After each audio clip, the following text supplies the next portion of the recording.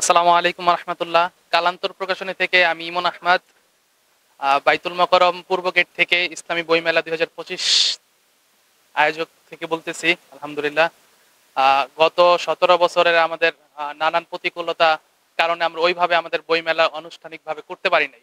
আলহামদুলিল্লাহ, এখন আমাদের মন খুলে প্রাণ ভরে আমরা বইমেলা করতেছি। এবার হচ্ছে আরো বড় পরিসরে করতেছি।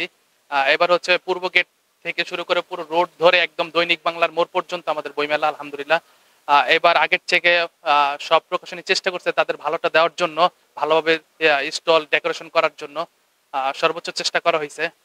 এবার হচ্ছে প্রতিবারের মতো এবারও বইমেলা আমাদের কিছু নতুন বই আসবে। এর মধ্যে আমাদের নতুন 3টা বই আসছে। একটা হচ্ছে মিশরের সৈয়দ কুতুব শহীদ রহিমহুল্লাহর ভাই মোহাম্মদ কুতুব, ওনার বই শরিয়া আইন নামে।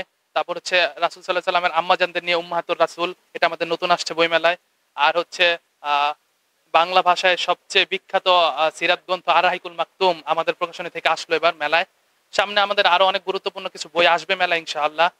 তো আমরা বলবো, যারা পাঠক আছেন, যারা পাঠক না তারাও সবাই আসবেন, মেলায় ঘুরে যাবেন, আপনার বই দেখে যাবেন, না কিনেন বই দেখে যাবেন ইনশাআল্লাহ। আমাদের সাথে কথা হবে, আড্ডা হবে ইনশাআল্লাহ। চায়ের দাওয়াত রইল কালান্তর পক্ষ থেকে।